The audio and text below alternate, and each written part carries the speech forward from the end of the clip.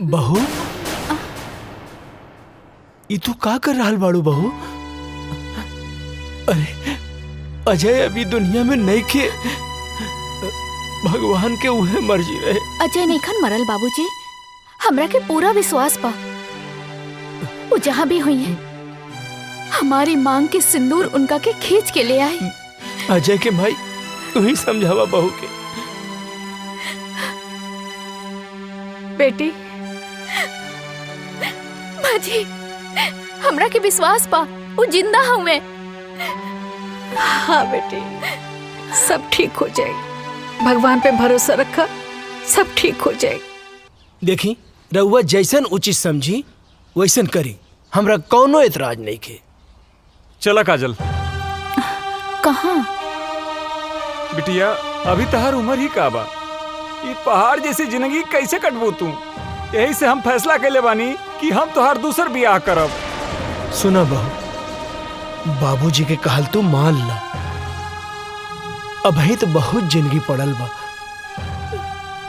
आखिर बहू अकेले तू कब तक रहबू? कब तक?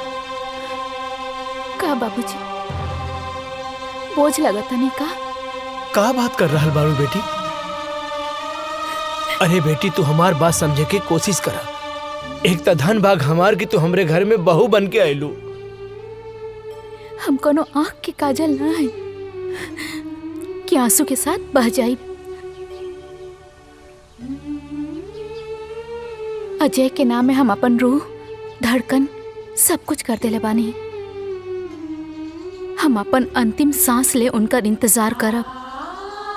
हमार बात समझे की कोशिश करा।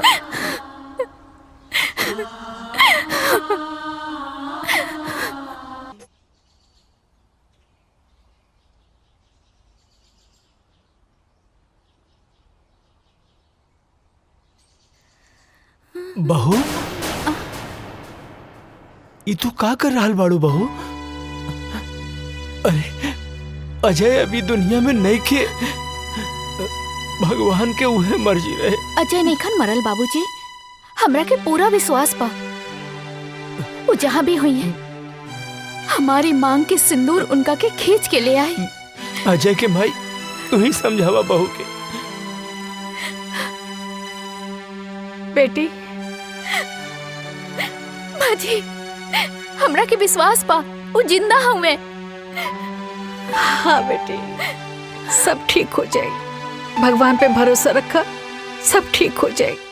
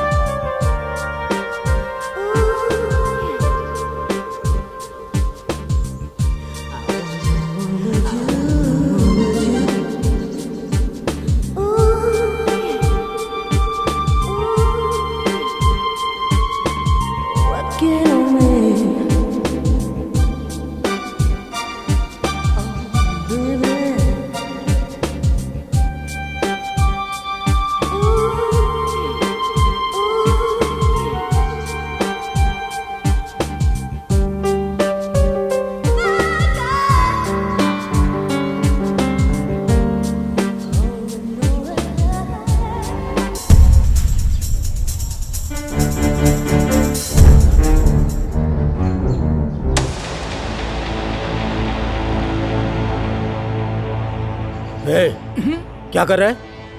कुछ नहीं भाई। चल चल चल निकल।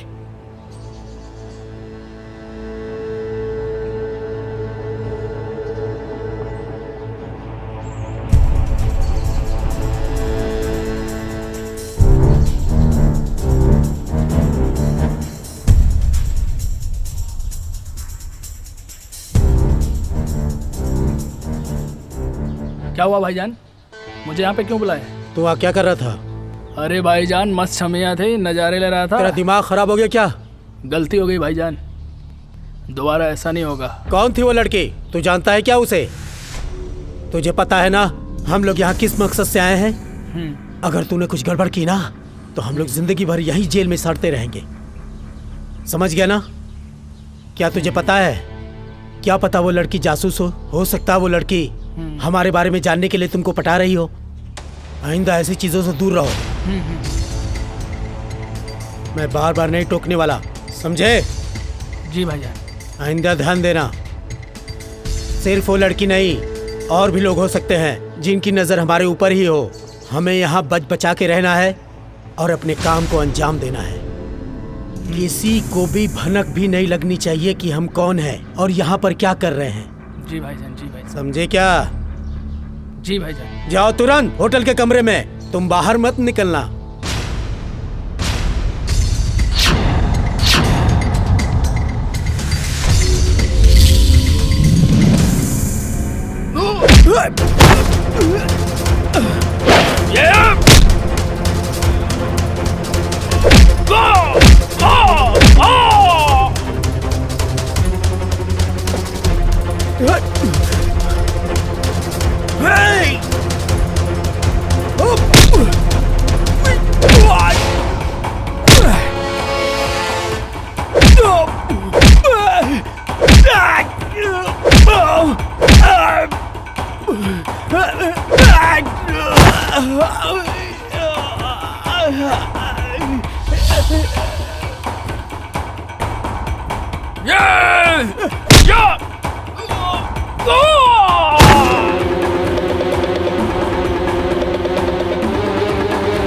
अबे भाग, ये मार देगी जान से।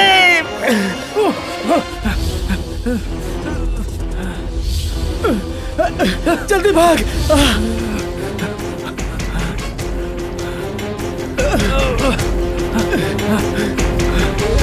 जल्दी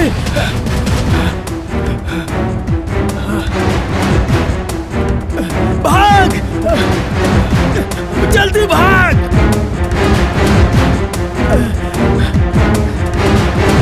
भाग जल्दी, अबे भाग।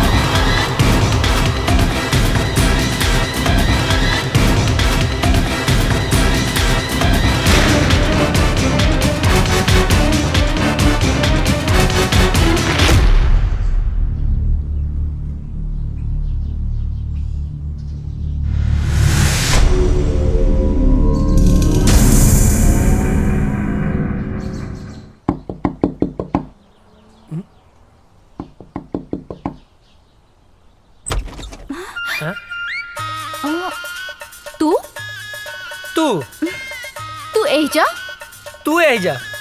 अरे लेकिन ये तो वर्मा चाचा के घर है ना। हाँ उन्हीं के घर है, वो हमार बाबूजी हमें। अच्छा ठीक बा। हे पैर पीछे ले। काहे? पहली दफे घरे आई लोग, दाहिना पैर आगे बढ़ावा ना।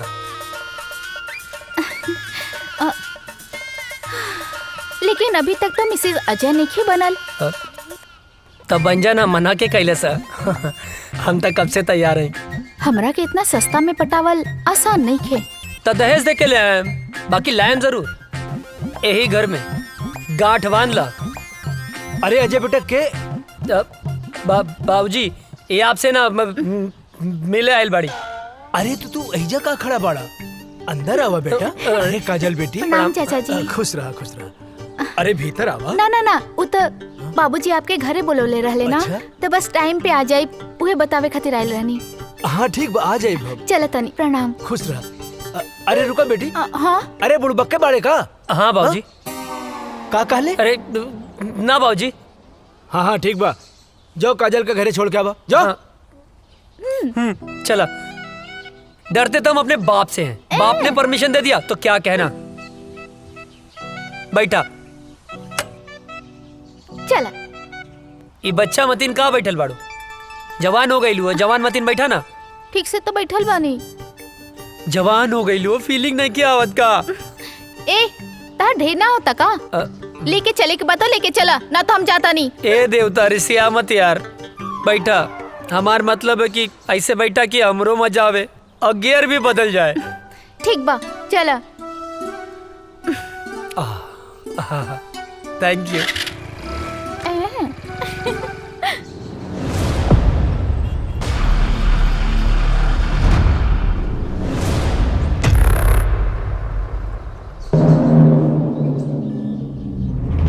अस्सलाम वालेकुम। वालेकुम अस्सलाम।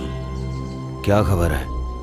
सारी तैयारियां हो चुकी हैं जनाब। इस बार हम लोग चूकेंगे नहीं, बस आपके हुक्म की देरी है।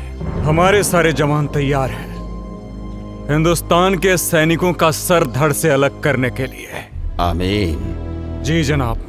कोई गलती नहीं होनी चाहिए। जैसा आपका हुक्म, बस आपके हुक्म का इंतजार है हमें। ध्यान देना, इस बार मिशन में कोई खलल नहीं होनी चाहिए। जी जनाब। ऐसा कहर मचाओ कि हिंदुस्तानियों का रोम रोम कांप उठे। जी जनाब। धमाका ऐसा हो कि हिंदुस्तानियों की आने वाली 7 पीढ़ियां थर्रा उठें। उनकी हदें उनको याद दिलाओ। जी जनाब। और जाओ, मुनव्वर खान को भी ये इत्तला कर दो ताकि वो सारी तैयारियां शुरू कर सके। जाओ। जनाब, आपका हुक्म सर आंखों में।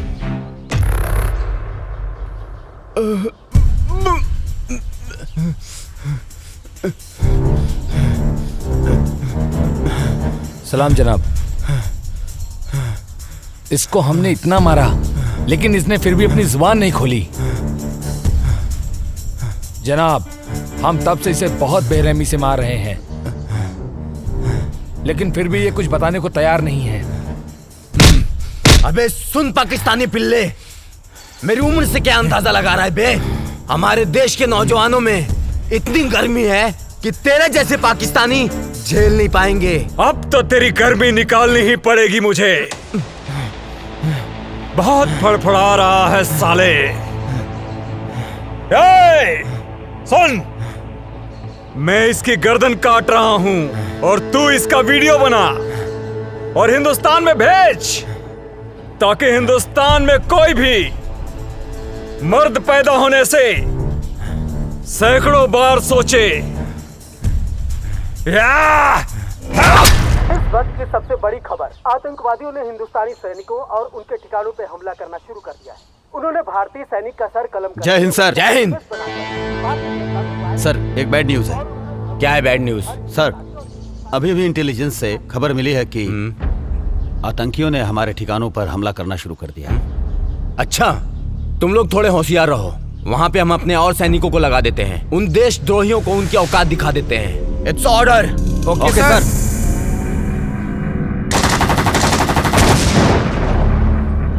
इस वक्त का सबसे ताजा खबर, आतंकवादियों ने हिंदुस्तानी सैनिकों और उनके ठिकानों पर हमला करना शुरू कर दिया है। उन्होंने एक भारतीय सैनिक का सर कलम करके उसका एमएमएस बनाकर भारतीय जनता में वायरल कर दिया है और उन्होंने धमकी दी है कि हर हिंदुस्तानी और हिंदुस्तानी सैनिक का यही हाल करेंगे जब तक उन्हें उनका पूरा हक नहीं मिल जाता। सेना प्रमुख ने आर्मी को पूरी तरह अलर्ट रहने का आदेश दिया है। इस हमले का जिम्मेदार आतंकी संगठन प्रमुख अजहर पठान माना जाता है। अजहर पठान आतंकियों का मुख्य कमांडर है। जी हाँ दोस्तों, ये वही अजहर पठान है जिसका आज तक किसी ने चेहरा नहीं देखा है। देश दुनिया की सारी ताकतों ने इसे पकड़ने का पूरा जोर लगा दिया है, लेकिन आज तक वो किसी के हाथ नहीं आया है। हाथ आने की बात तो दूर, किसी ने आज तक उसका चेहरा तक नहीं देखा है। सिर्फ लोगों में उसके नाम का खौफ है, अजहर पठान, अजहर पठान। अब देखते हैं हिंदुस्तानी सैनिक उनकी बुरी नजरों पर कैसे पानी फेरते हैं। आप बने रहिए हमारे साथ देश दुनिया की सारी खबरों के साथ।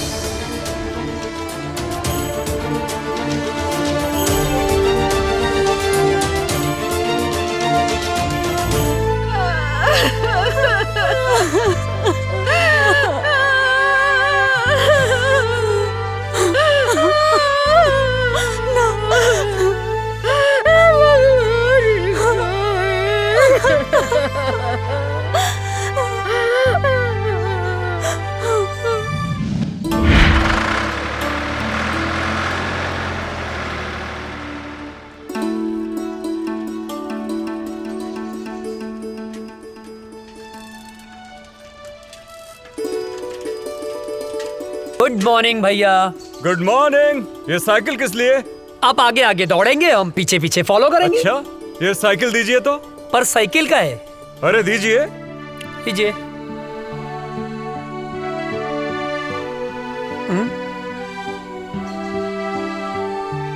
चश्मा दीजिए जरा। चश्मा? पर काहे? अरे दीजिए। बुढ़ौती में जवानी सूझेला। कैसे लग रहे हैं हम? एक नंबर भैया। अरे अरे, बैठना नहीं है, फॉलो मी। ये भैया का ऑर्डर नहीं है, फौज का ऑर्डर है। भैया का ऑर्डर नहीं है, फौज का ऑर्डर है, बैठना नहीं है। अरे फौजी आप हैं, दौड़े हम का है। फॉलो मी, जल्दी करो वरना सजा डबल हो जाएगी। भैया गलत बात हो।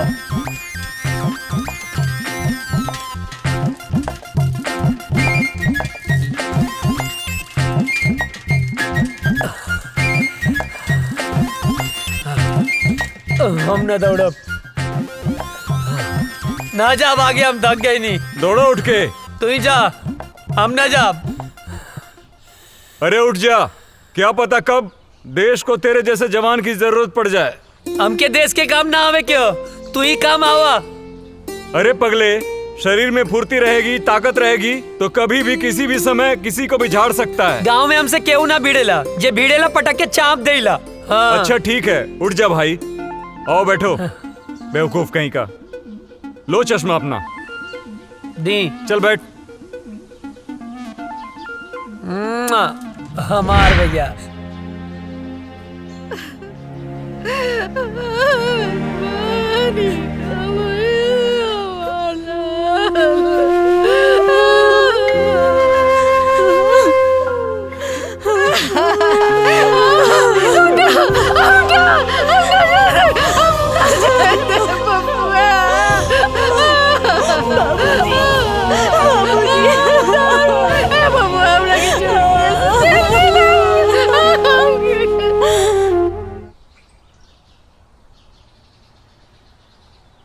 चाचा जी, ओ चाचा, का भेल चाचा, काहे रोवत बड़ा? पापा की याद आवत बा का? हमहू रोवत रहनी, लेकिन दादाजी मना कैलन।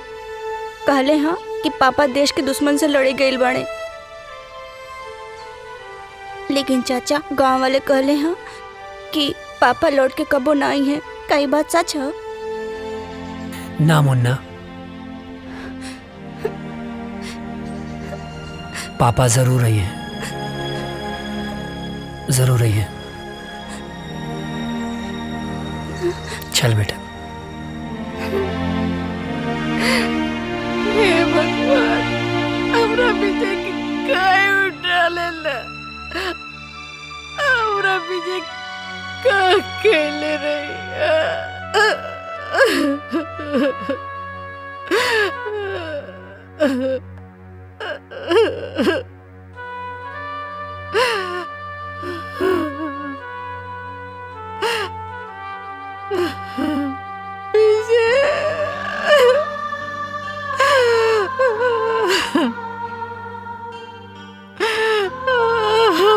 राम लखन की जड़ी टूट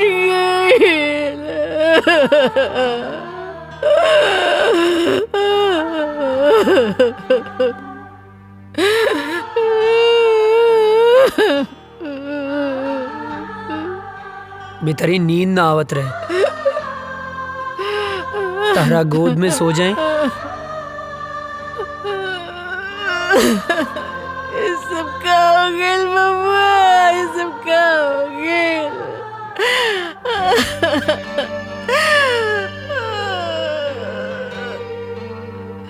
काय ऐसा होला? एक जमीन के टुकड़े खातिर भैया हमनी के छोड़ के ना गईले माई।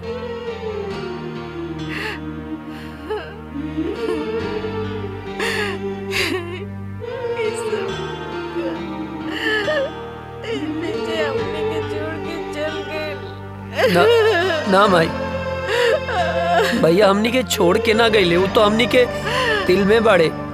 हमरे तोहरे ये पूरा देश के जनता के दिल में बाड़े माई। शहीद के शहादत पर ना आंसू ना बहावल जाला, तू आंसू मत बहावा।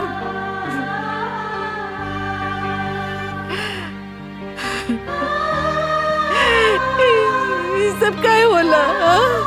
काय होला? जमीन के चंद टुकड़ों खाती एक दूसरे को जान लेलस।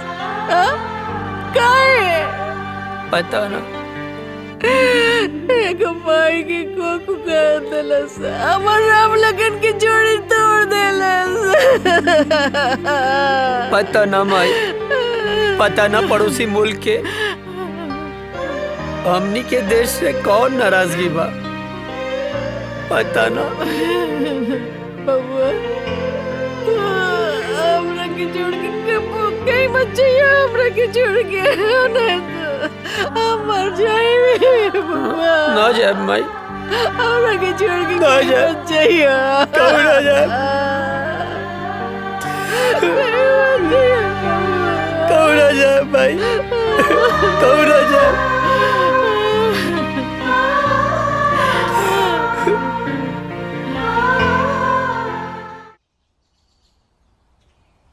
केहू बा चिट्ठी आयल हो, केहू बा चिट्ठी आयल हो,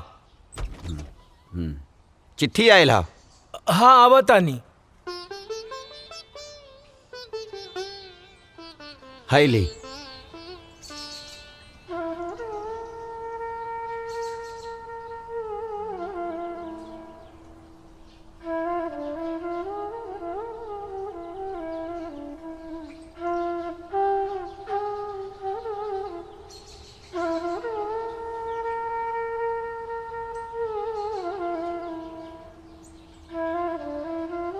ना ना, चूल्हा भाड़ में गई सरकारी नौकरी। हाँ? एक बेटा तो शहीद हो गई, दूसरा बेटा के हम शहीद ना होके के देव। सरकार अपन नौकरी अपन पासे रखी, कह देता नहीं। हाँ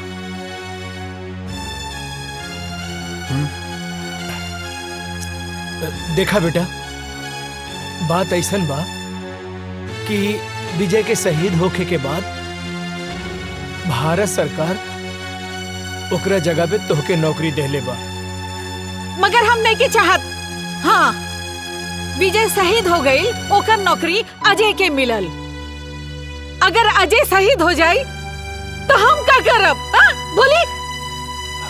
अजय के माई, तोहरा दूगो बेटा बा, तब इतना सोच रहल बाड़ू। हाँ, अजय करी पूरा दुनिया माई बा, वो का सोचत हुई है? बोला, कहीं तहरा के भगवान 10 गो बेटा देले रहतन नु तो खुद हम भेज देती अपने भारत माता के रक्षा करे खातिर। बुझाइल? बात करा ताड़ू। माई बैठा। अरे बैठ। ए माई, बाबूजी ठीक कहा तारे। हमार मतलब है तू ठीक बोला तारो। तू केकर माई हवे बोल? बोले के पड़ी केकर माई है? तब बताओ ना केकर माई हवे।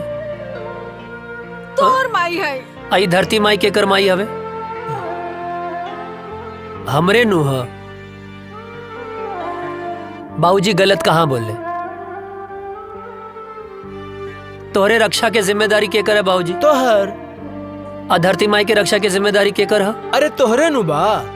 माई मरब जी अब सब विधना के हाथ में है। और दुश्मन के लगे ऐसा कोनो गोली ना कि तेरा बेटा के सीना के पार कर जाओ। बिल्कुल। हाँ बिल्कुल ठीक। सोच मत, मार के आए मर के ना आए का बाबूजी? हाँ बिल्कुल ठीक। अब भूख लागल है, खाना देना। दे दा। देता नहीं। चलना।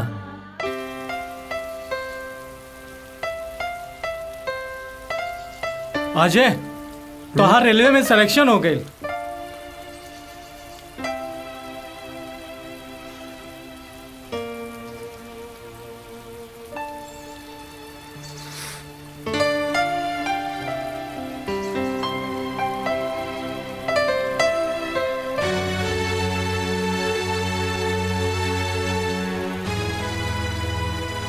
अब एकर कोनो मतलब ना। हम फौजी बनब। अरे ये तो बहुत अच्छा फैसला कैला। हाँ। लेकिन अजय तू इतना उदास काहे हुआ?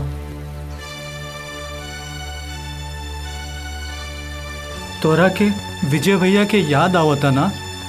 हाँ यार बहुत याद आवता।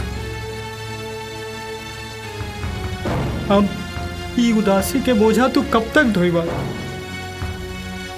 देखा जौन होके रहल तौन तो हो गए। शायद भगवान के यह मंजूर रहल। चाचा चाची भौजी भतीजा के समझावा, उनकर हिम्मत बना। अगर तू टूट जाइबा तो उन्हन के का होई?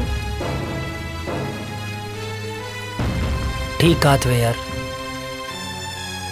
और वो काजल दिन रात तुरे याद में तड़पत बिया। तू तो फोन उठावे लेना। तू हमके अश्याम के फोन करेली बेर बेर।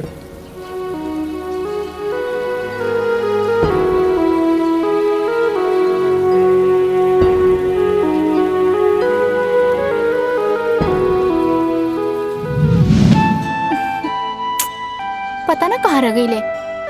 आवे दे बतावा तनी।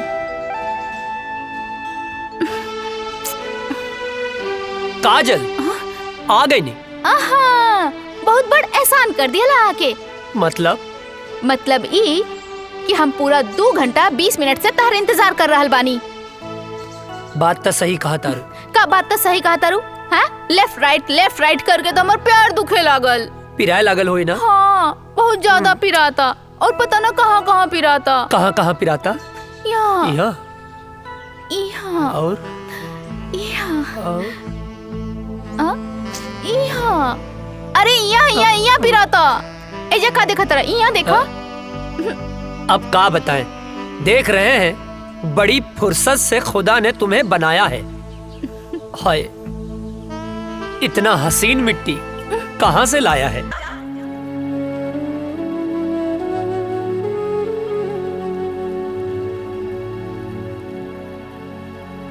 अजय कहाँ खो गईला? कहीं ना। जाके एक बार काजल से भेंट कैला। ना करब। हम फौज में जाए खातिर माई बाबूजी के मना सकीले, पर काजल के ना मना पाई। कहीं काजल के प्यार हमार कमजोरी ना बन जाए।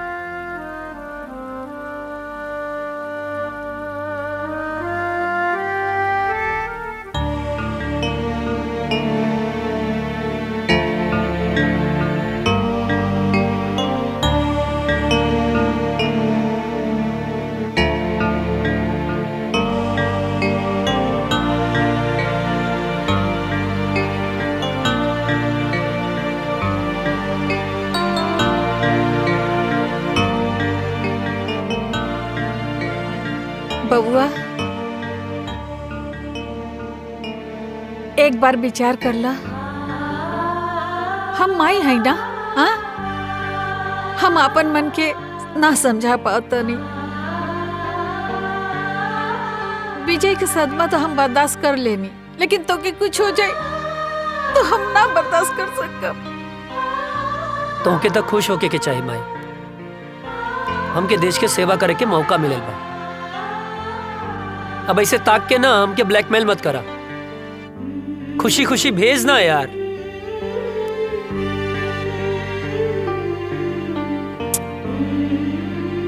ठीक बा, तू जो भगवान तो रक्षा करी और हमारा आशीर्वाद हमेशा तोहर साथ रही।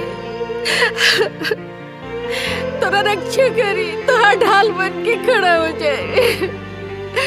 माई माई, हमके कुछ ना हो। तो के कुछ हो जाए तो मर जाए। अरे हमके कुछ ना होई बाबा, यकीन करा। और जैसे तू माई बाड़ू वैसे धरती माई भी तो माई बाड़ी ना, हाँ? अब एकदम कुछ ना होई माई, हमके कुछ ना होई। चला चला, आवा हम बताई थे।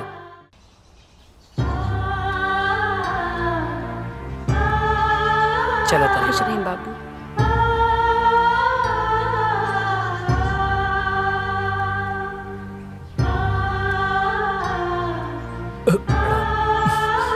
खुश रहा बेटवा और भारत माता के सेवा करा।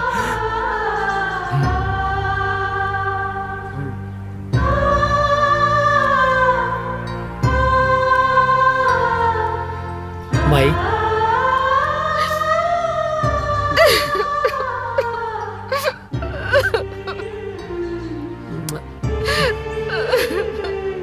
चला था। चला जल्दी, लेट होता। चला जल्दी आ जाए।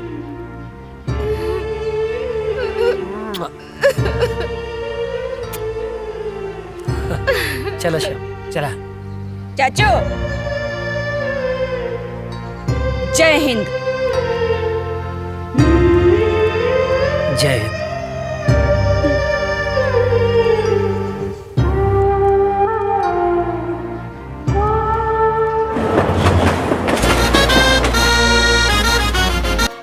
तुम्हारी ट्रेनिंग पूरी हो चुकी है। थैंक यू सर। और तुम्हारी पोस्टिंग भी वहीं की जा रही है जहां तुम्हारे भाई शहीद विजय वर्मा पोस्ट थे और आखिरी बार आतंकियों से लोहा लेते हुए शहीद हुए। अब तुम्हें देश की रक्षा के साथ साथ अपने भाई का भी बदला लेना है।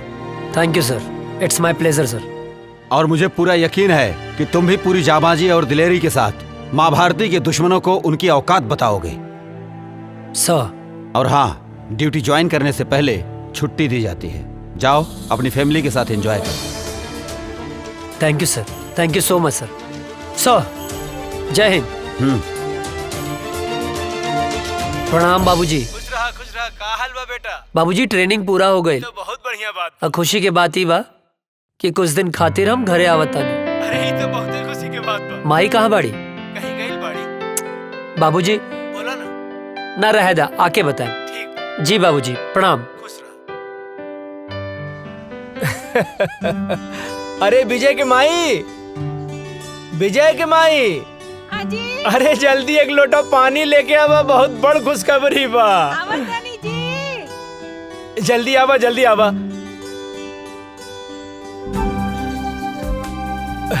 अरे लावा लावा। का खुशखबरी बाजी? अरे रुका भाई, तनी मीठ चाय पीले रहनी है। इला खुशखबरी ई बा, तू ना एहने देखा ना। बोली ना। हमारा अजय के ट्रेनिंग खत्म हो गई हाँ? और काले वहाँ से आ रहल बा। भगवान, ये तो बहुत ही अच्छा खबर बाजी। बानू, अब तू जा, अब बढ़िया बढ़िया हमरा बेटा खातिर आज से बनावे के तैयारी कर दा, खाए खातिर जा। तनी हमहू खाए। सुन लो, देखा कितना खुश हो गई।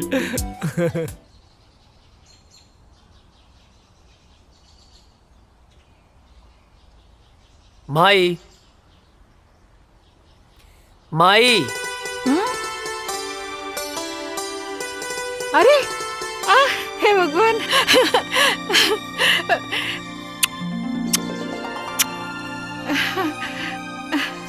अरे अरे ये का एकदम एकदम सुखा कैसे गेल बड़ा? वहाँ कोनो प्रॉब्लम रहे का? हाँ माई, बहुत बड़ प्रॉब्लम रहे। का? जॉन पराठवा तू हमरा खातिर भेजत रहलू ना, वो हमार दुष्ट सूबेदार रस्तवे में खा लेत रहे। हट बदमाश। अरे हमार शेर बेटा आ गइल। वाह। अरे अजय के माई, खुश रहा खुश रहा। हाँ बेटा हमार शेर आ गइल। अजय के माई। हाँ जी। चीता के जाने लू? वो का होला? वो होला सबसे दूबर। हाँ? बाकी एक बात सुन ला, सबसे आगे उहे रहेला, जैसे कि हमार बेटा। चाचा हमारा खातिर कर ले लह। तोहरे लिए। श्याम। हाँ दे। इला।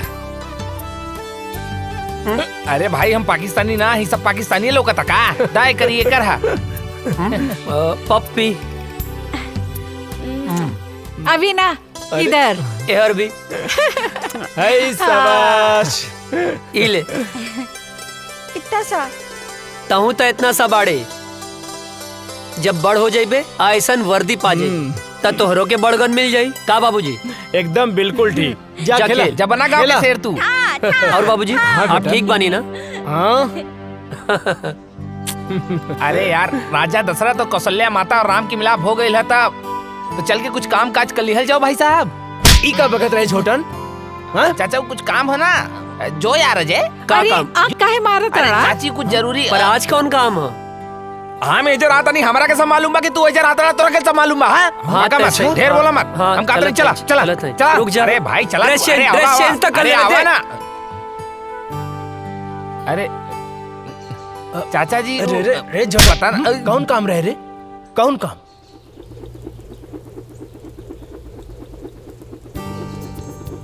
अरे ई ससुरवा सुतल बा, काम बन जाई। यस।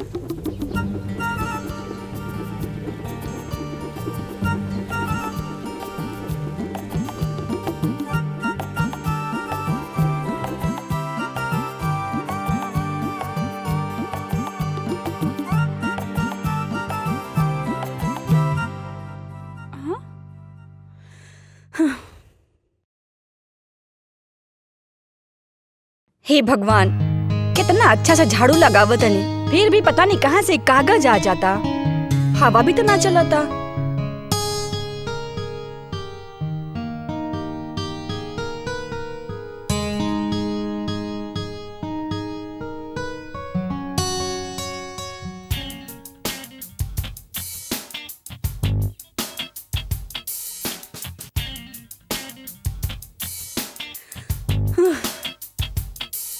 ई कहाँ से आ जाता? ई कुल तो साफ कर दिले रहनी अच्छे से।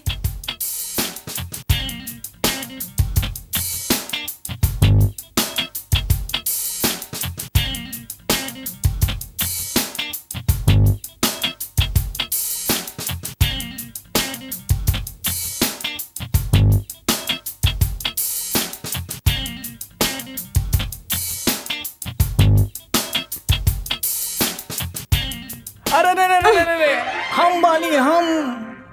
तू काहे हमारे घर में चोर खाने घुस गइल बाड़ा? चोरी से? अरे हम तो सीना जोरी से आयल बानी हो, तो हाल बाबूजी से हाथ मांगे आयल बानी। अच्छा त ई कूड़ा काहे फैलावत अड़ा? तू समझल करा। धत, तू बड़ा ऊ बड़ा। लागत हमार जादू तोरा पे चल गइल बा हो। जब ऐसे पीछे पड़ब राजा तब जादू चलिए जाई। हमके यही दिन के बहुत दिन से इंतजार रहल। अरे कविता कहाँ मारू? अरे जल्दी से एक गिलास पानी तो लेके आवा बेटा। हाँ बोल ना। अरे अच्छा यार छूट जाते हैं। हाँ ठीक है हम गमला में छूट जाए। हाँ अरे कविता कहाँ बाड़ू? अरे हम काहे छुपे? अरे हम तो तुम्हारे बाबूजी से तुम्हारे हाथ ना मांगे आइल बानी। धीरे धीरे बाबूजी जाग गई बड़े। अच्छा एक तरह हाथ मंगवा ना तब बाबूजी हम दोनों जाने के काटती हैं। अरे बिटिया का करे तारू, जल्दी ले आओ पानी। तू चिंता ना करा, हम तुम्हारे बाबूजी के समझा ना ले। हाँ अच्छा बाबूजी के समझा ले बा। अरे बात के समझो। एगो आदमी ना घर में घुस आइल रहे और बाबूजी ओकरा के ना मार मार के आज वो टूटल टांग लेके बाजारे में भीख मांगता। का बात करा तू? हाँ। टूटल टांग? अरे हम भीख ना मांगा। सुना हमके कहीं छुपा देना। कहीं छुपा दे। हे भगवान बचा लिया हमको, कुछ नहीं करा हम। हे भगवान। अरे बेटा कविता कहाँ रह गयलू? इले बाबूजी आगे नहीं। का बिटिया काहे इतना देर लगा देलू पानी लावे में? अरे बाबूजी गिलास धोवत रहनी है। अरे बाप रे, इतना सुंदर लड़की के ऐसा राक्षस ऐसा बाप। हे भगवान बचा लिया। अरे हम 100 किलो के लड्डू चढ़ा दे, प्लीज हमके बचा लिया। हमारे हाथ पे टूटे वाला बा। हम भगवान हम कबो पीछा नहीं करब। भगवान बचा लाना। हम जिंदा हमके बचा लो भगवान बचा लो।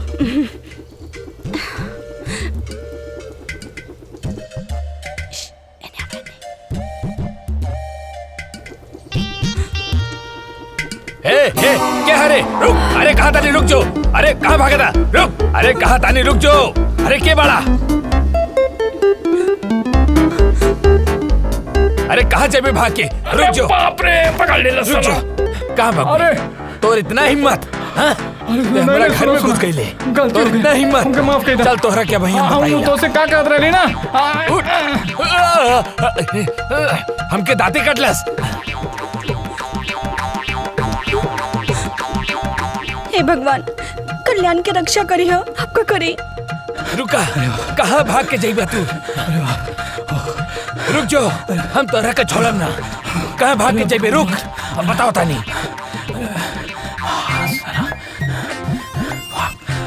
भाग भाग जल्दी भाग।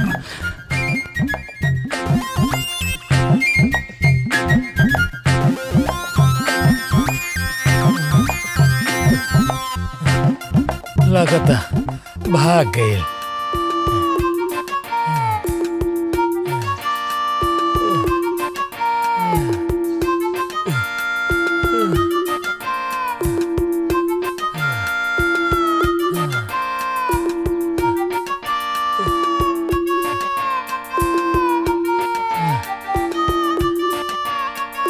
लगता भाग गए। खैर वो हमके चाहे जब मिली हम ओकरा के छोड़म ना। चाहे जब मिली हम ओकरा के छोड़म ना।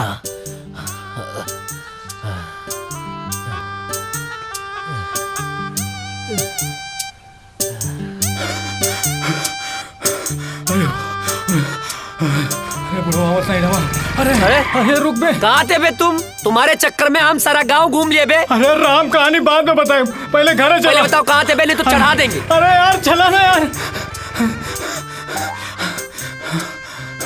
चवन्नी मुस्की। अरे यार चल ना यार। इन्हें से काहे निकले बे? चल यार चल बे यार यहाँ से। चल आया मतलब बच गई ली। जय हो भगवान। आज छोड़ दिए बे, आगे नहीं छोड़ेंगे। पसीना छुड़ा। ओ गोरे गलिया वाली से, तिरछी अखियां वाली से नैना चार हो गइल। का बताई तो से मार खाने से बच गए बेटा आज तुम, वरना लात जूता मुंह का हाथ सब पड़ जाता। गोरी गलिया वाली से, तिरछी अखियां वाली से नैना चार हो गइल। का बताई है का भाई? पर भइल का रह रे का करत रहली हम? अरे वो सब हम बाद में बताई। सरऊ मुहूर्त देख के बताइबा। हाँ अरे बट ये सब तोहार बतिया अच्छा नहीं लगेला। पनिया से बचाएंगे बस। का बताई तो से यरवारे मेरा प्यार हो गए। तो बताओ ना मारत काहे बाड़े? चुप कर, खाना खाइबे? हाँ। ए माई, दूजे के खाना लेके आओ, हमरे साथे बुक्कड़ भी आइल बा। हाँ। फेमस हो गई ले बे। अच्छा। हाँ, हाथ धो ले।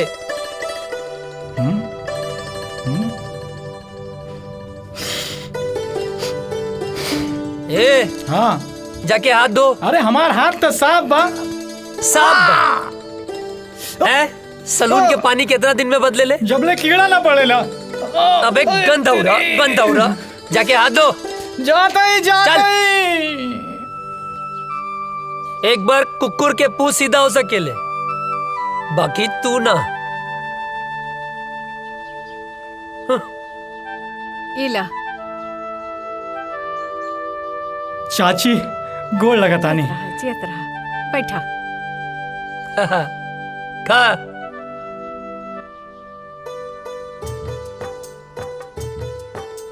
ए चाची, हम तो ठीक बानी, बाकी हमार बड़की भौजी कहाँ बानी? माई के गेल बाड़ी। हाँ, यही से तो खाना हमके पकावे के पड़ता। तनी अजय के समझावा, जल्दी से ब्याह कर ले। हमरो के हाथ पटावे वाली चाहिए ना। वो नैहर गईली, छुटकी बहू आ जाई त हमार साथे हाथ पटाई ना। हाँ, और नहीं तो का। और वैसे भी बुढ़ापा में काम कहाँ पावेला। ढेर ना होता। नहीं। बहाव के रोक, गति के धीमा कर। हाँ। ओकरा के काहे धमकावा ताड़े? हाँ, हम सब बुझी ले। अरे हमार माई, यार ड्यूटी और ब्यूटी, नौकरी मिलते ही ब्याह कर ले। नौकरी मिलते ब्याह कर ले। हर चीज के एगो टाइम होला। अरे तो हम कवन बुढ़ाता नहीं। हाँ, कहाँ बुढ़ात हूँ मैं? आई, चुप कर। माँ, आज तोर बाबूजी से हम बात करत नहीं, तोर ब्याह खातिर। माई, चुप। खाना खो, हम पानी लेके आवता नहीं। सब तोरे वजह से भइल बा। अरे बढ़िया तो बा। अरे फौजी बनने से पहले फौजी मिल जाए। अरे सराउ, जिंदगी गर्द मत करा। अरे तब प्यार से बोलना। बहाव के रोक, गति के धीमा कर।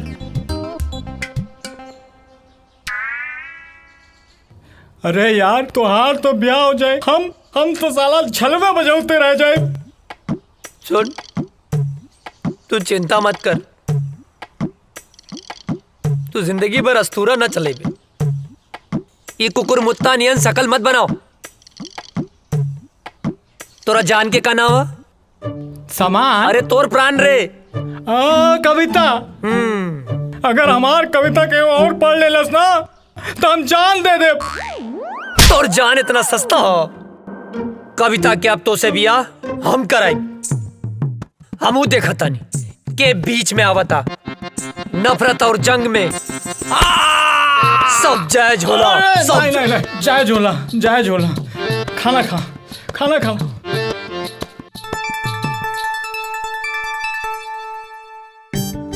तू चिंता मत करिए। हाँ, नहीं करम, हम एकदम चिंता नहीं करम। माई, अरे पानी देना यार। सुना बिटिया? हाँ बाबूजी। हम जाता नहीं कुछ काम से। हाँ, थोड़ा ध्यान रखिए। हाँ ठीक बा बाबूजी।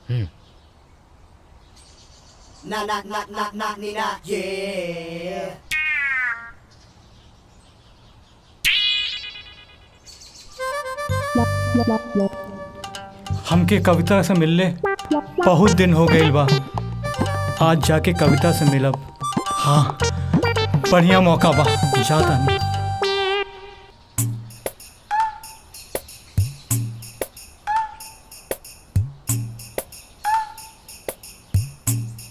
तू इतना दिन बाद? कविता, ये बात सही बा। हम तोहार बाबूजी से डराइला, लेकिन यो बात सच बा कि हम तोरे बिना जी ना सकेंगे। आज हम एगो फैसला कर ले बानी कि हम जियब चाहे मरब, लेकिन ब्याह तोहरे संगे करब। कल्याण, तू हमरा से इतना प्यार करेला? हाँ, अपने जान से भी ज्यादा।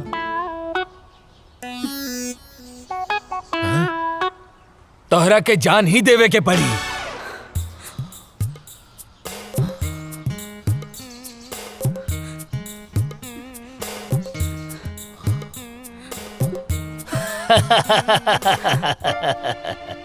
प्यार भी करेला और डर भी लगेला। हाँ? हम दरअसल देखे के चाहत रानी कि तू हमरा बिटिया के सच्चा प्यार करेला कि नहीं। काहे से कि जे सच्चा प्यार करेला ना, ओकरा में हिम्मत अपने आप आ जाला। और आज हम बहुत खुश बानी कि तू सच्चा प्यार करेला और हिम्मत दिखौला। अब हम निश्चित हो गए बानी कि तू हमार बिटिया के ध्यान रखबा, ओकरा प्यार करबा। अरे अरे जुग जुग जिया बाबूजी। तेरी अखा का यो काजल कर देता है मैनू घायल।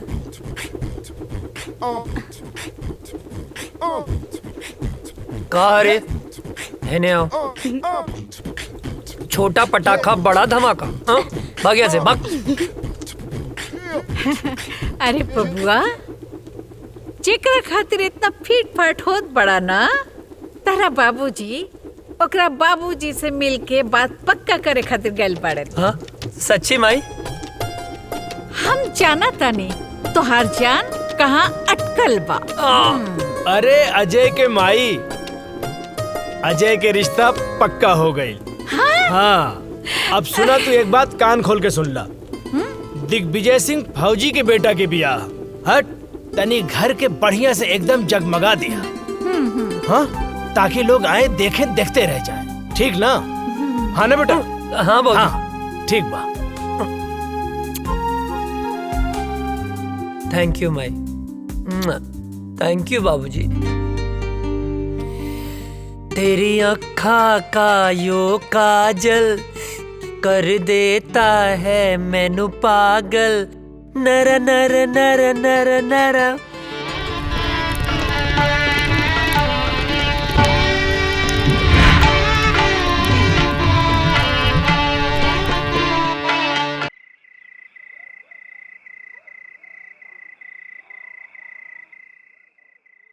अजय, अजय। ए काजल, का भइल? काहे रोत तारू? तारा के लेवे खातिर कुछ जवान लोग आइल बाड़े। वो काहे बदे?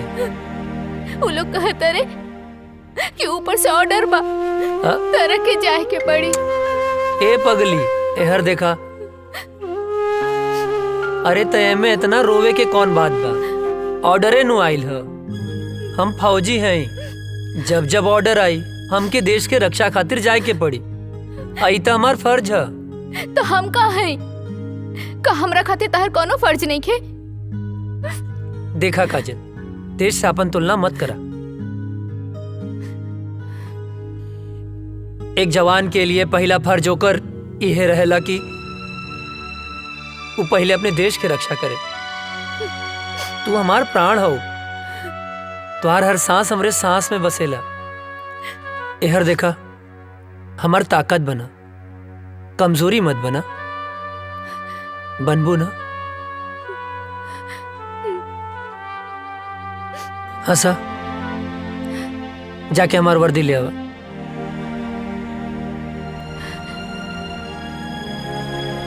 पगली कहीं के। हाँ मिश्रा। सॉरी अजय, हेडक्वार्टर से इमरजेंसी मैसेज आई बा, आज ही निकले के बा। ठीक है। का ठीक बा? हाँ, का ठीक बा? आज ही तोर ब्याह भइल और आज ही ले जाए खातिर आ गेले, हम ना जाए देब। माई बात के समझल कर, इमरजेंसी मैसेज है। ना ना, हम ऐसा ना होके देब। अरे हमरा कटला से भी ना कटी। बाबूजी समझावा माई के, आज हिंदुस्तान के तरह बेटा के जरूरत बा। समझाई ना बाबूजी? का समझाई? अजय के माई, जेकर बेटा फौज में होला ओकर माई बाप के करेजा पे पत्थर रखे के पड़ेला। हंस के विदा करा बेटा के, हंस के घर वापस आई। समझल कर माई, हम फौजी हैं, हर बात पे रोल धोल ठीक ना होला। चला विशाल। अजय,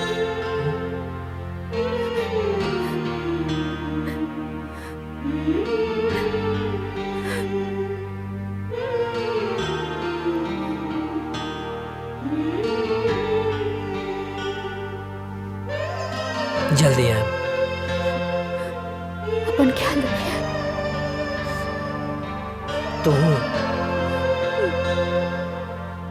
माई रोआ मत, माई बाबूजी के ख्याल रखिए।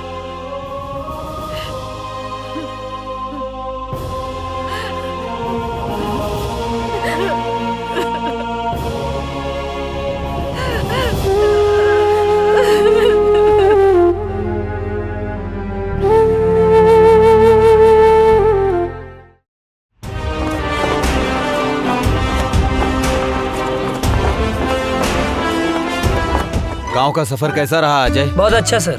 माँ और बाबूजी सब ठीक हैं? एकदम बढ़िया सर। चलो ठीक है, साइन करो और आज से ड्यूटी ज्वाइन सर।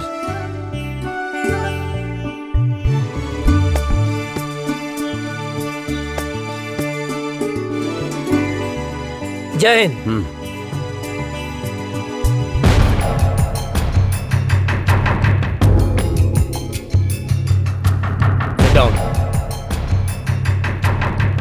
सर, अचानक इमरजेंसी मीटिंग बुलाने का मकसद? अभी अभी गुप्त सूत्रों से पता चला है कि ये पाकिस्तानी आतंकवादी हमारे देश के खिलाफ साजिश कर रहे हैं। सर, वो घुस चुके हैं तो पकड़े भी जाएंगे सर। और वो एक बड़े प्लान के साथ गुजरात, राजस्थान और कश्मीर के भीड़ भाड़ वाले इलाके में बमबारी करने वाले हैं। बहुत जल्द वो लोग उस प्लान को अंजाम देने वाले हैं। वो किसी भी हद तक जा सकते हैं जी। और आश्चर्य की बात यह है कि हमारे देश के ही कुछ लोग उनकी हेल्प कर रहे हैं। हमें चौकन्ना रहना होगा। वो हमारे देश के किसी भी कोने में हमला कर सकते हैं, तो हमें उन्हें किसी भी प्रकार से रोकना होगा।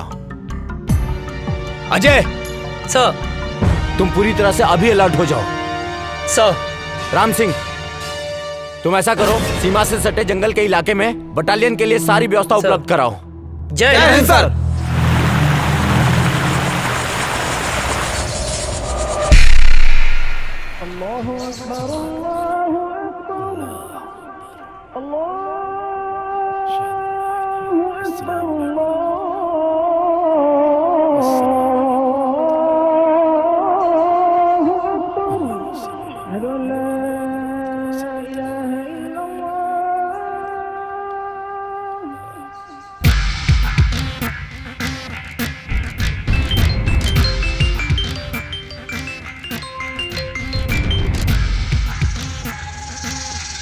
जी बॉस, हुक्म कीजिए। धारा 370 खत्म होने से हमारे सिपाहियों के इरादे कमजोर तो नहीं हो रहे हैं? नहीं बॉस, हमारे इरादे तो और भी पुख्ता हो गए हैं। वाह।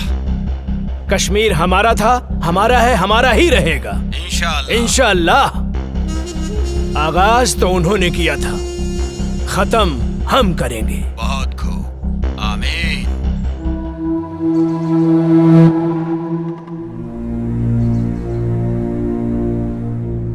अस्सलामुअलैकुम भाईजान। वालेकुम अस्सलाम। हैदर कहाँ है? आ रहा है। सलाम वालेकुम भाईजान। वालेकुम अस्सलाम। हैदर। हाँ भाईजान। क्या हाल समाचार है? आर्मी में एक नया नौजवान ऑफिसर आया है, अजय वर्मा। ये वही विजय वर्मा का छोटा भाई है। विजय वर्मा भी आया था हमारे मंसूबे पर पानी फेरने के लिए। उसको तो हमने जहन्नुम में पहुंचा दिया। लग रहा है इसको भी इसके भाई के पास पहुंचाना पड़ेगा। अरे हम लोगों का तो बस एक ही मिशन है, कश्मीर की आजादी और पूरे हिंदुस्तान की बर्बादी। और इन हिंदुस्तानियों को हमारी ताकत का एहसास होना चाहिए। कश्मीर पाकिस्तान का पाक हिस्सा था जो हमसे धोखे से छीन लिया। हमारे शरीर में खून नहीं, बारूद है, बारूद। जो हमसे टकराएगा उसके चीथड़े चीथड़े उड़ जाएंगे। हमारे जीने का मकसद है कश्मीर की आजादी। नारे तकबीर, अल्लाहू अकबर, नारे तकबीर, अल्लाहू अकबर, नारे तकबीर, अल्लाहू अकबर।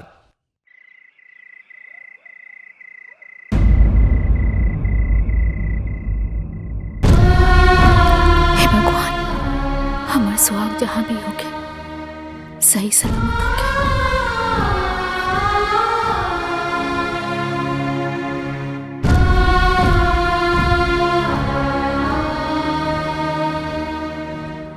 हे देवी मैया, हमारे बेटा की हिम्मत और हौसला दी। दुश्मनों के इरादे और मजबूत होते जा रहे हैं और अभी पता चला है पाकिस्तान के कुछ आतंकवादी हमारे देश में घुसने की कोशिश कर रहे हैं। हमारी सुरक्षा एजेंसियों द्वारा पता चला है कि कल परसों तक वो हमारी सीमा के अंदर होंगे। उनकी प्लानिंग हमारे यहां बम ब्लास्ट करने की है। 5 जन, जो लोग हमारी सीमा में जंगल के रास्ते घुसने वाले हैं, वो हमारे देश के किसी भी कोने में बम ब्लास्ट कर सकते हैं। उनके इरादे और उनकी हिम्मत तो देखो। अभी भी इतना कुछ होने के बावजूद पाकिस्तानी आतंकवादी यहां आके हमारे देश में आतंक मचाना चाहते हैं, और वो भी एक बड़े प्लान के साथ।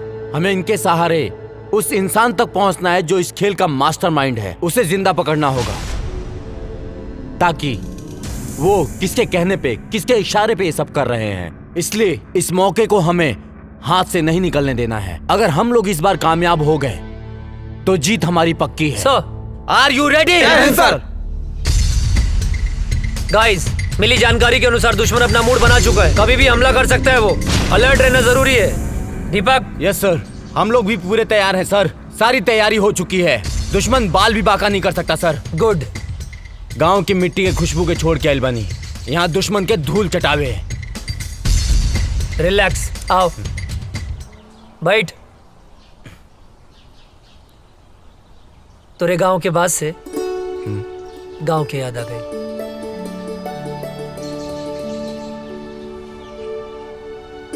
भाभी के फोटो है का?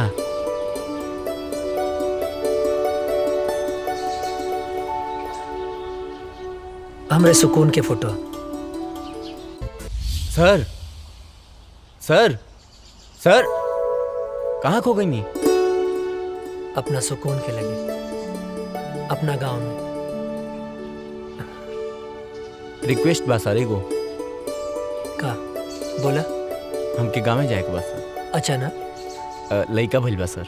ओह, बधाई हो। थैंक यू सर। सर, बड़े साहब से कह के थोड़ा छुट्टी दिलवा दी ना। छुट्टी मिल जाए तो की छुट्टी। खुश? मुनव्वर, अब बॉर्डर क्रॉस करने का वक्त आ गया है।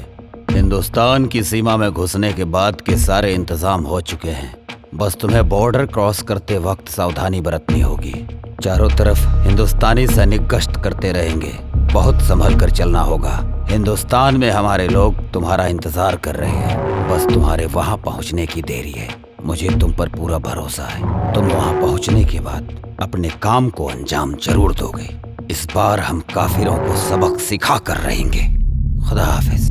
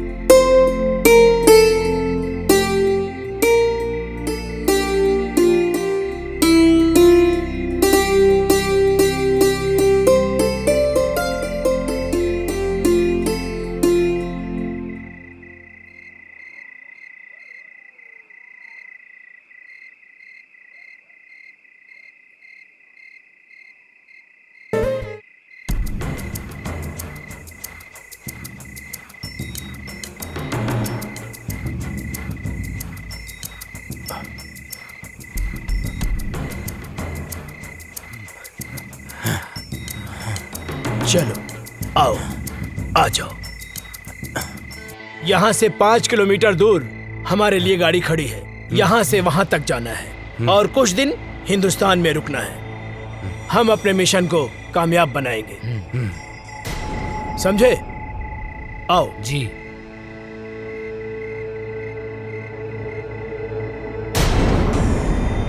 इस तरफ से आ जाओ।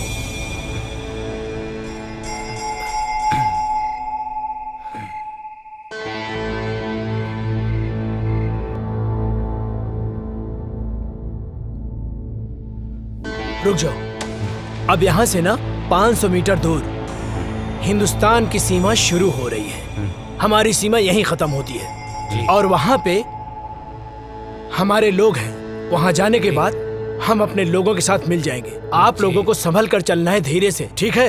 चलो, एकदम सबको चौकन्ना रहना है क्योंकि यहाँ पर सैनिक गश्त हमेशा करते हैं। जी जनाब। सबकी नजरों से बचते बचते हमें आराम से धीरे धीरे चलना है, ठीक है? अब चलो।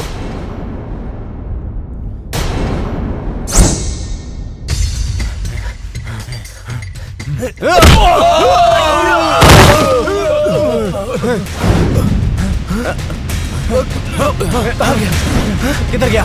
किधर गया? कौन है? कहाँ गया? किधर गया? चलो। जी जनाब।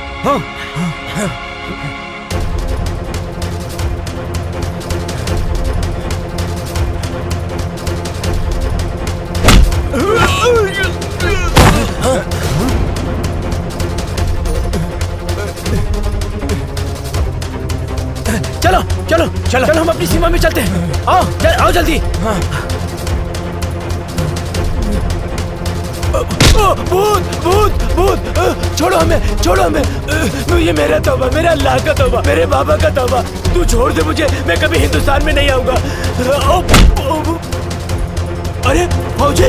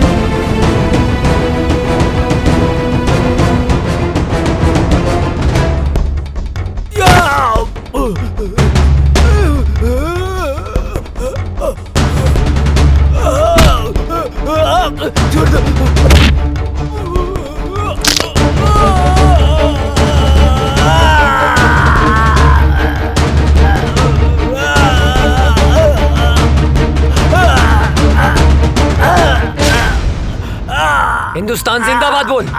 जिंदाबाद।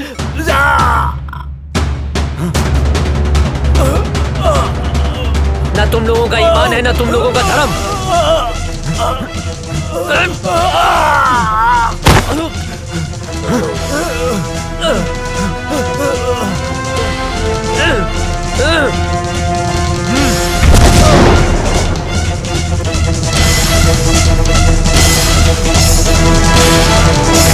अभी अभी खबर सामने आई है कि आतंकवादियों और हिंदुस्तानी सैनिकों का आमना सामना हुआ है, जिसकी वजह से कुख्यात आतंकवादी मुनव्वर खान हिंदुस्तान की गिरफ्त में आ चुका है। जी दोस्तों, हिंदुस्तानी सैनिक पहले से अलर्ट थी और जैसे ही कुख्यात आतंकवादी मुनव्वर खान हिंदुस्तान के सीमा में प्रवेश किया, वैसे ही बहादुर सैनिक अजय वर्मा ने अपनी जान की बाजी लगाकर उनका मुकाबला किया, जिस वजह से खूंखार आतंकवादी मुनव्वर खान पकड़ा गया। दुख की बात यह है कि उस मुठभेड़ के बाद से ही अजय वर्मा का पता नहीं चल पा रहा है। खूंखार आतंकवादी मुनव्वर खान से पूछताछ जारी है और अभी भी लापता अजय वर्मा को ढूंढने का प्रयास किया जा रहा है।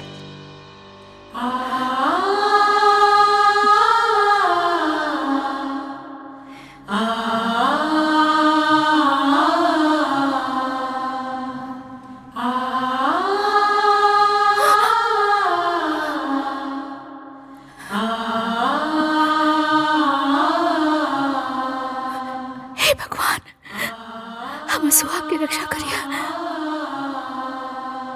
एक दिल दहला देने वाली खबर सामने आई है, अजय वर्मा शहीद हो चुके हैं। जी हाँ, सेना प्रमुख के द्वारा बयान जारी किया गया है कि मुनव्वर खान के साथ मुठभेड़ में ब्लास्ट हुआ था, जिसके बाद से ही अजय वर्मा का कोई पता नहीं चल पा रहा है। ब्लास्ट की जगह से कुछ सामान बरामद हुए हैं, जो सामान अजय वर्मा का बताया जा रहा है। इसी से अनुमान लगाया जा रहा है कि अजय वर्मा शहीद हो चुके हैं।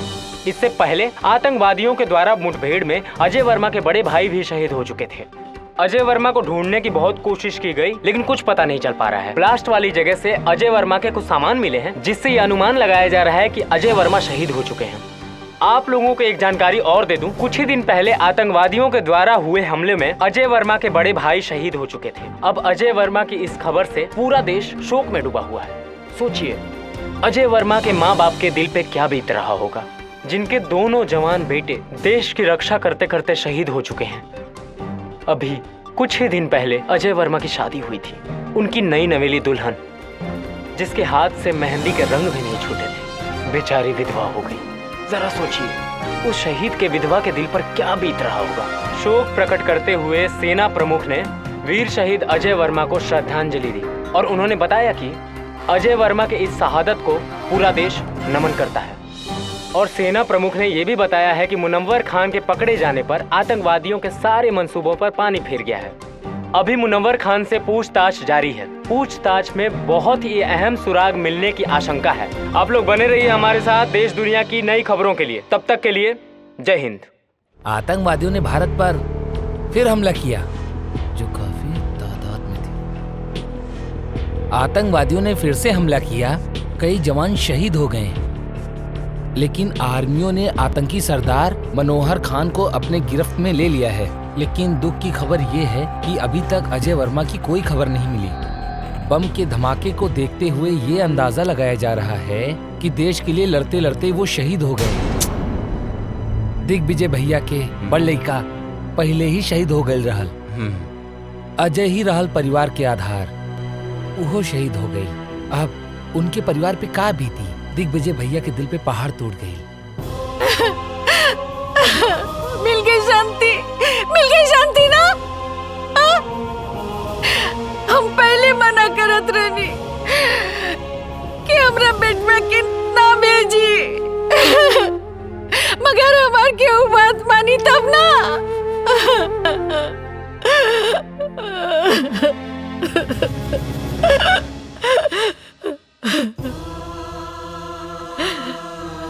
भाई, हमारे बेटा के लाश खेता दिखा दो। बाबूजी, विस्फोट इतना जोर से फैल रहा है ना, अजय के कुछ भी पता ना चलल।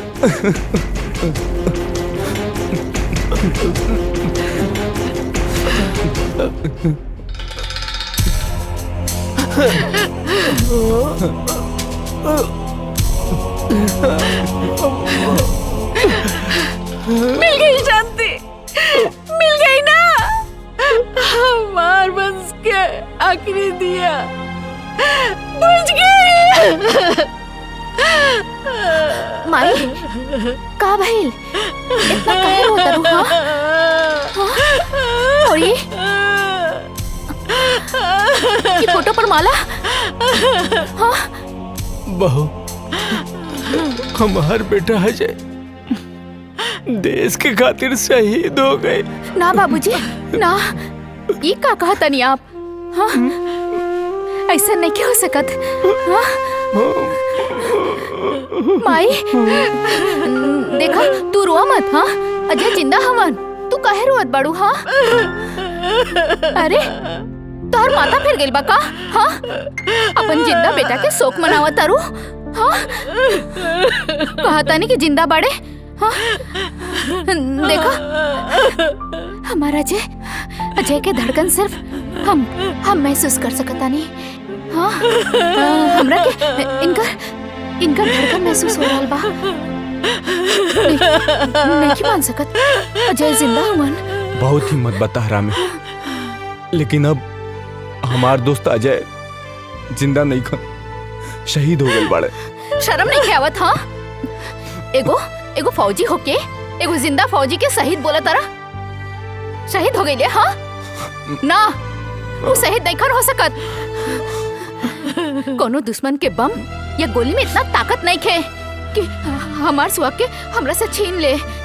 हाँ माई देखा, तू रुआ मत। हाँ देखा, तू शांत हो जा। हाँ अजय आई है, जिंदा हुए अजय, वो जिंदा हुए, जिंदा बड़े। हाँ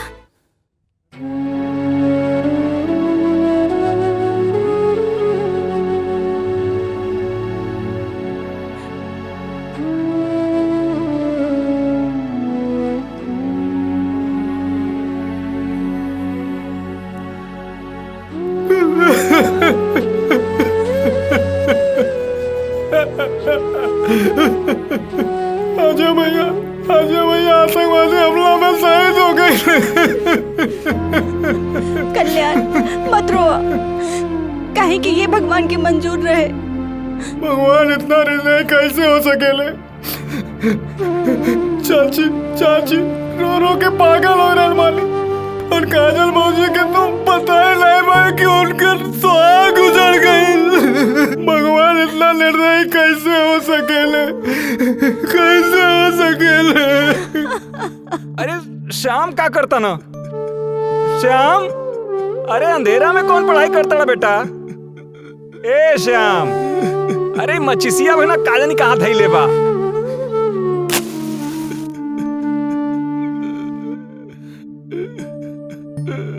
अरे इधर रोता श्याम, का भइल बेटा? काहे रोता बेटा? का भइल? का भइल का? वो अजय बोलत रहे कि आतंकवादी हम तोहरा के ना छोड़ब, तो ओकरा के ना छोड़े के चाहत रहे ना, तो हमके काहे जोड़ के चल गइल? हम तो ओकर यार रहनी ना, गद्दार थोड़ो है जो हमके छोड़ के चल गए। बेटा तू ठीक कह रहा बड़ा बेटा। बेटा मत रो बेटा, हम तुम्हारे साथ बानी बेटा, हम तुम्हारे साथ बानी बेटा, मत रो बेटा, चुप रह बेटा, शांत हो जा।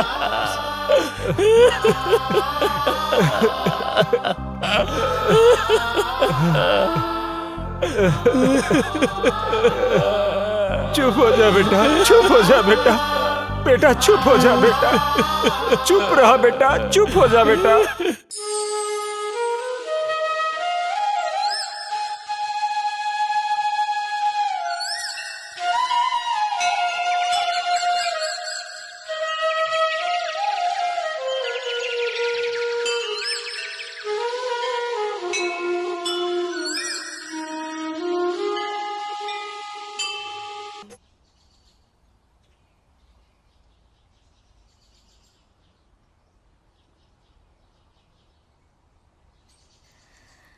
बहू, ई तू का कर रहा बाड़ू बहू?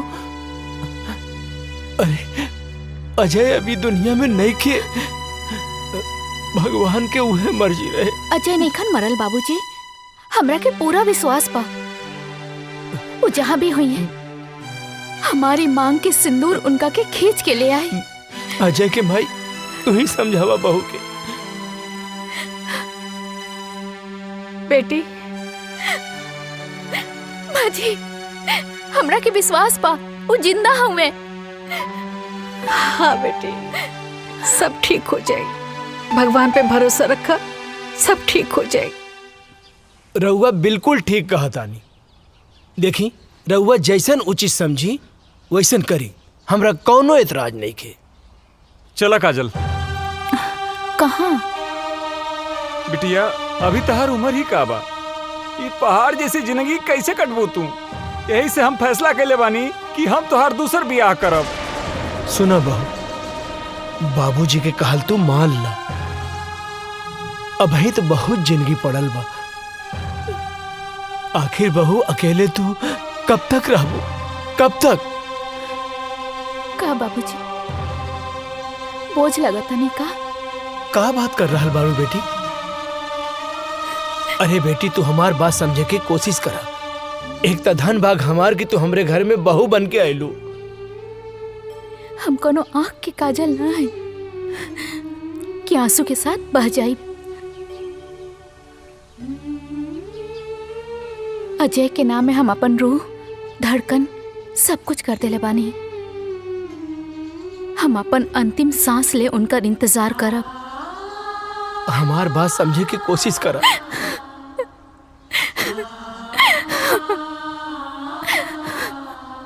मुनव्वर खान, सच सच बता, बता कौन है तेरा बॉस और कहां कहां तुम लोग की प्लानिंग है ब्लास्ट करने की। तू ऐसे नहीं बताएगा। लगता है तुम्हें हिंदुस्तानी आर्मी का पावर दिखाना पड़ेगा। मुनव्वर खान, तू हिंदुस्तानी फौज के कब्जे में है। आज हिंदुस्तानी फौज तेरे साथ क्या सलूक करेगी तू सोच भी नहीं सकता है। बता सच सच, बोल तेरा बॉस कौन है? बोल बोल बोल।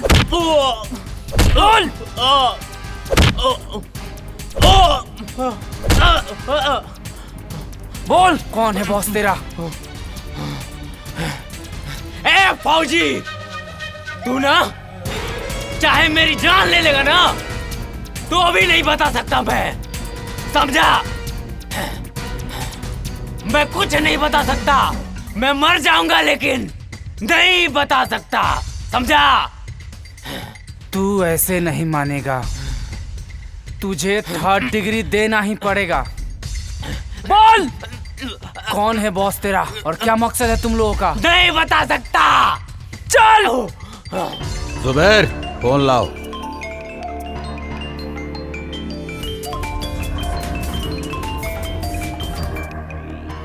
अजहर। जी जनाब। उन्होंने मुनव्वर खान को गिरफ्तार करके हमारे लोगों में और उबाल भर दिया है। जी जनाब। अब हम उन्हें उनकी औकात दिखा कर रहेंगे। उन्हें एक पल भी नहीं बख्श सकते हम। अब हमें खौलते हुए खून से नहीं, ठंडे दिमाग से काम लेना होगा।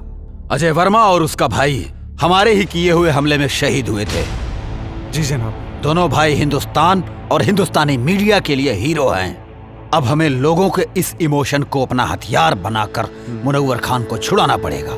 जी जनाब। हम उसकी माँ को किडनैप करके पाकिस्तान लाएंगे और फिर हिंदुस्तान की फौज और सरकार को, जी जनाब, अपनी इज्जत बचाने के लिए मुनव्वर खान को छोड़ना ही पड़ेगा, नहीं तो लोग सड़कों पर आ जाएंगे। सलाम अलैकुम।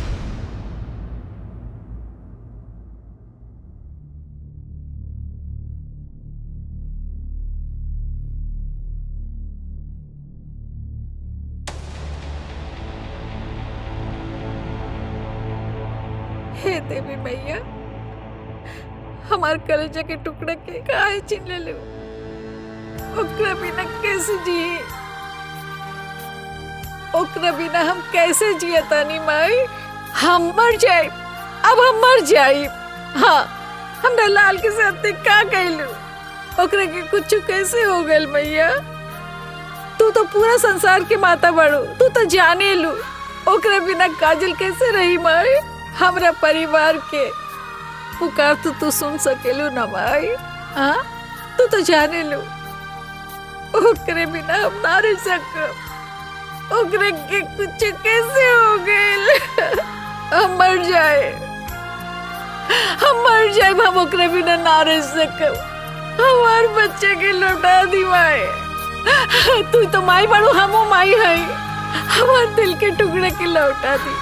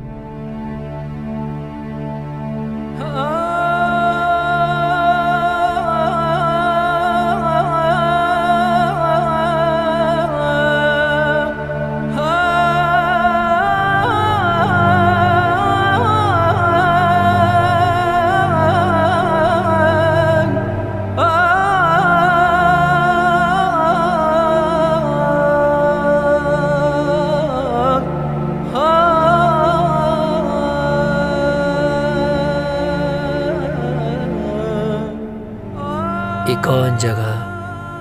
पाकिस्तान है।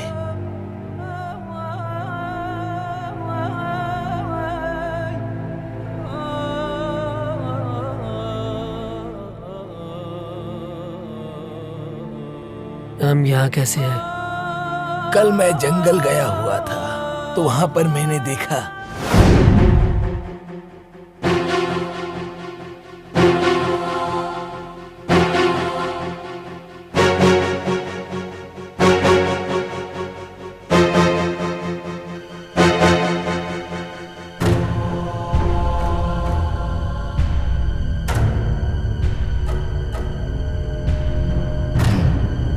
ये कौन है?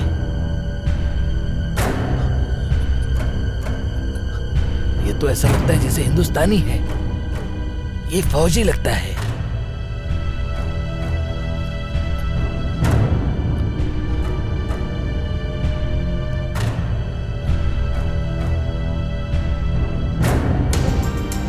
इसे हमें बचाना होगा। अगर किसी ने देख लिया तो प्रॉब्लम हो जाएगी। वैसे भी हिंदुस्तान पाकिस्तान एक ही तो था। कुछ लोगों ने इसको बांट दिया। या अल्लाह। 6 महीना बाद भी हमके होश आ गए। अबले हम जिंदा हैं। जरूर कोनो खास मकसद है। हमरे वतन के साथ साथ हमार माई और काजल भी हमारे इंतजार करत हुई हैं। हमके जल्द से जल्द अपने वतन लौटे के पड़ी।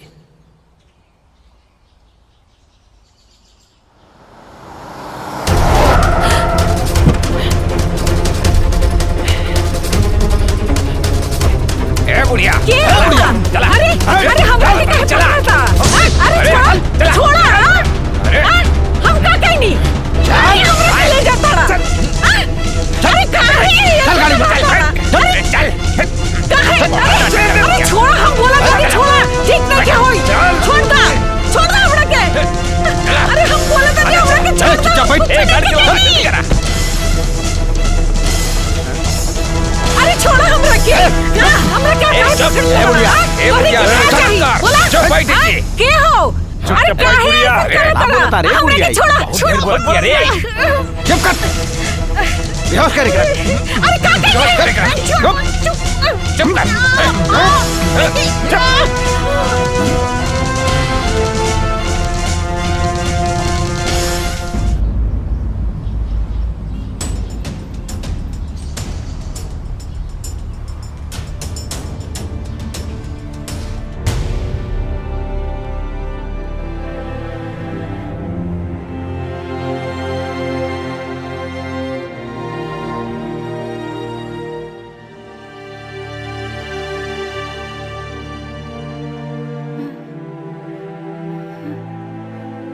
ये हम कहाँ बनी? हम जब बानल काहे बनी? अरे क्यों बा? अरे हमरा के बचावा। हमरा के यहाँ से छुड़ा के ले जावा हो। हे भगवान हमरा के छुड़ावा। अरे हमरा के बचावा इन लोगन से।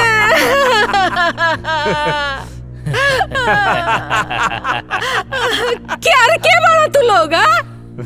काहे क्या हमरा के यहाँ ले आल बड़ा? का कहने वाली तोरी के? चुप बुढ़िया। बताता हूँ कि तुझे क्यों लाया हूँ यहाँ। तुम्हारे दोनों बेटों को अपने आदमियों से मरवाया था मैंने।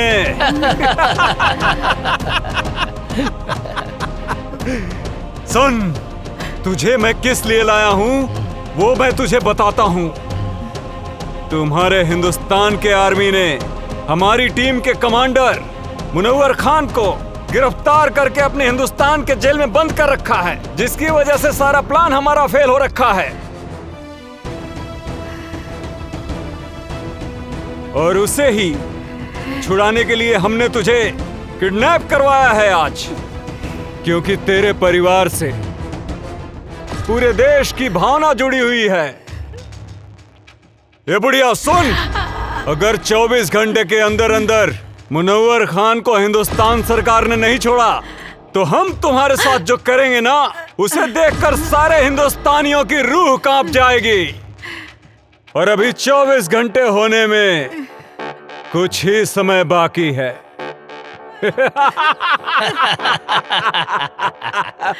इधर वक्त खत्म हुआ और तुम्हारा वीडियो वायरल।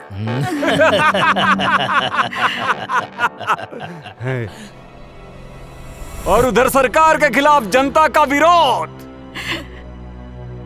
और विरोध इतना भयानक होगा कि मुनव्वर खान को हिंदुस्तान सरकार को छोड़ना ही होगा। वक्त तो अब खत्म होने वाला है। उससे पहले एक आखिरी बार हिंदुस्तान सरकार को वक्त देने दो। भगवान तू लोग के कभी ना माफ करिए। हाँ दरिंदो, हमरा के छोड़ी, हम बेकसूर बानी, हमरा के काहे पकड़ के रख ले बड़ा।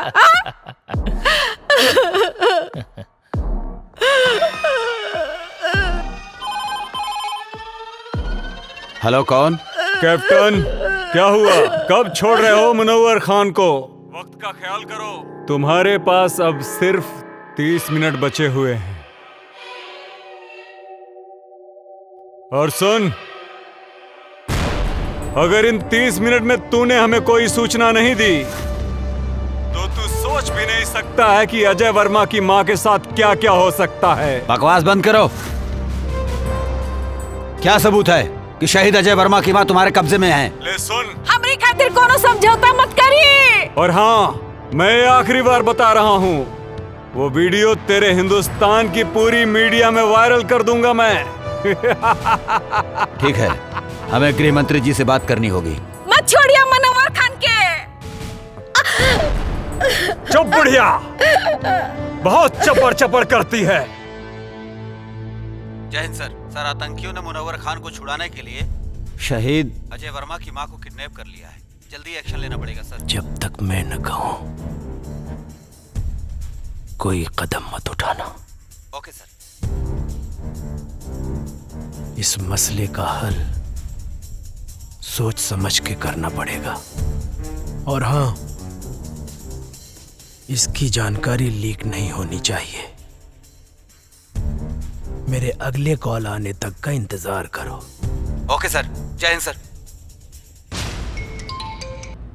हेलो अजहर, क्या खबर है? जी हुजूर। हिंदुस्तानी फौज कब रिहा कर रही है मुनव्वर को? जनाब, अभी कोई खबर नहीं आई है मुनव्वर खान को छूटने की।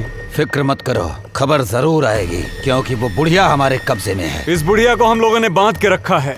अगर मुनव्वर खान को नहीं छोड़ा तो हम लोग आगे की कार्रवाई शुरू करेंगे। बहुत खूब, सारे सिपाहियों को चौकन्ना रखो, बस हम भी वहाँ पहुँच ही रहे। हमें आपका इंतजार है।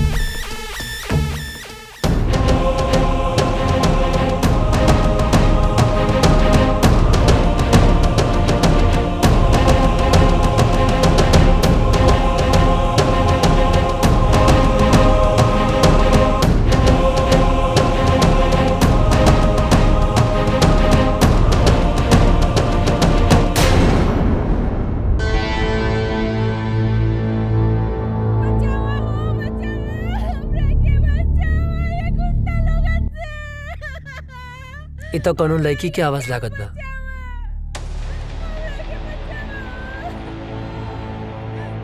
ना, हमें चक्कर में ना पड़ सकीला, न तो ये लोग के पता चल जाए कि हम इंडियन हैं। लागत है ज्यादा मुसीबत में बाड़ी। का करी भगवान?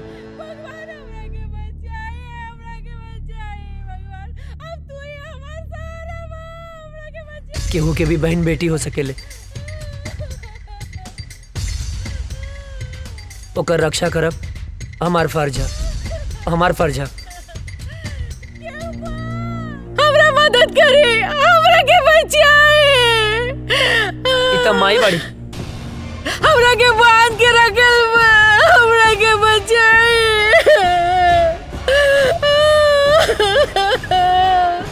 हम का करी माई है। रुक जा।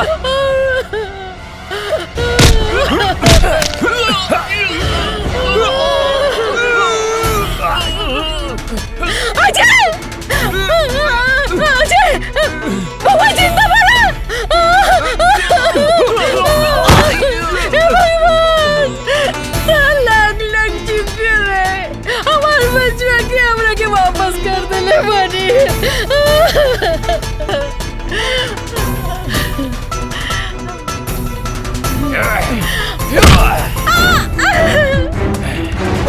मार और मार चलिए मार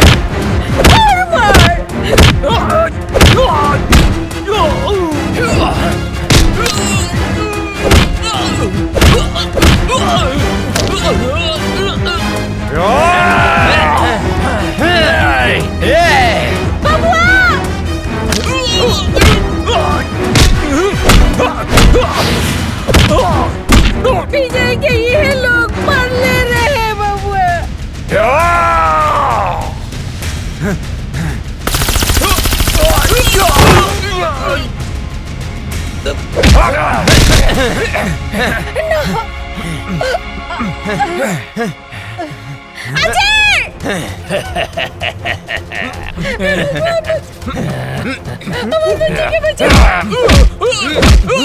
मत छोड़िए, हम एक फौजी के माई है। मार बेटा, ऐनी के छोड़िए मत।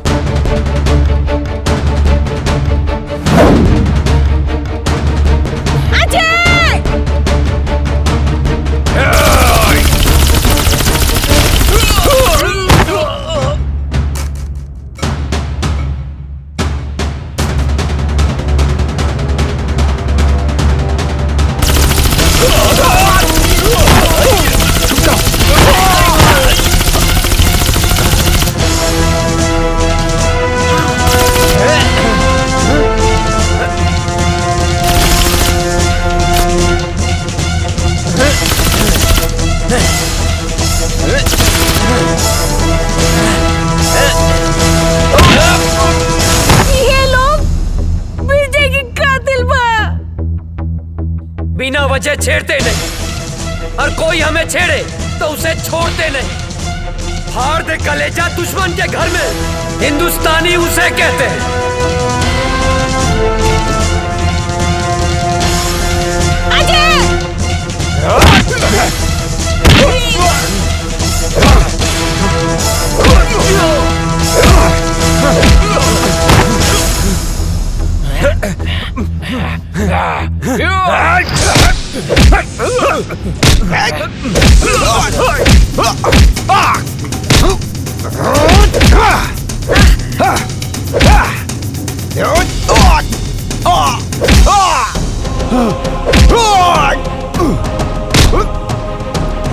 जब हम तुम्हें नहीं छेड़ते तो तुम क्यों छेड़ते हो?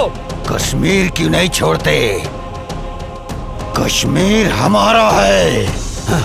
तुम एक मुनव्वर मारोगे तो 100 मुनव्वर पैदा होंगे। तुम एक मुनव्वर मारोगे तो लाख पैदा होंगे। लाख!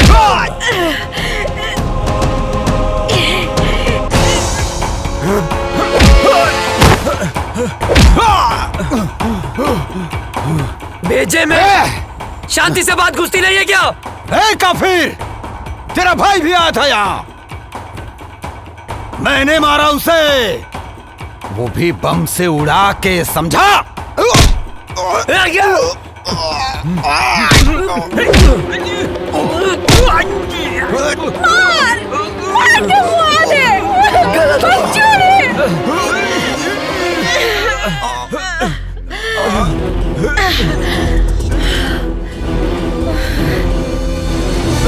तुझे क्या लगा मेरे भाई को मार के सांस बंद कर दूंगा तेरी, जान ले लूंगा तेरी, तेरे इसी पाकिस्तान में मार डालूंगा तुझे। हिंदुस्तानी हूँ मैं अजय, हिंदुस्तानी हूँ मैं, हिंदुस्तानी। अजय,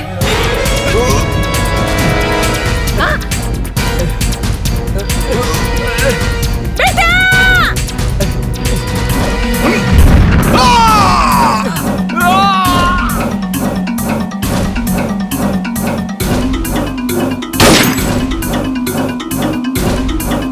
माई, ए माई, माई, ए माई, ए माई उठना, देखना तोर बेटा गेल माई।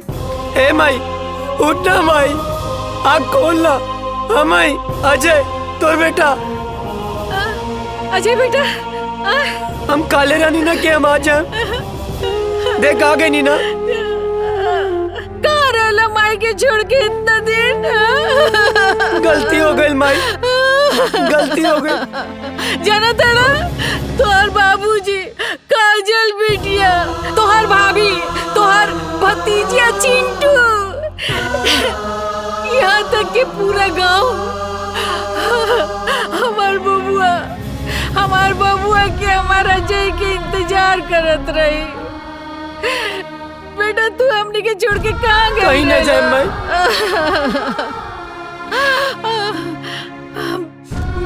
चला चला घर चला। हाँ माई।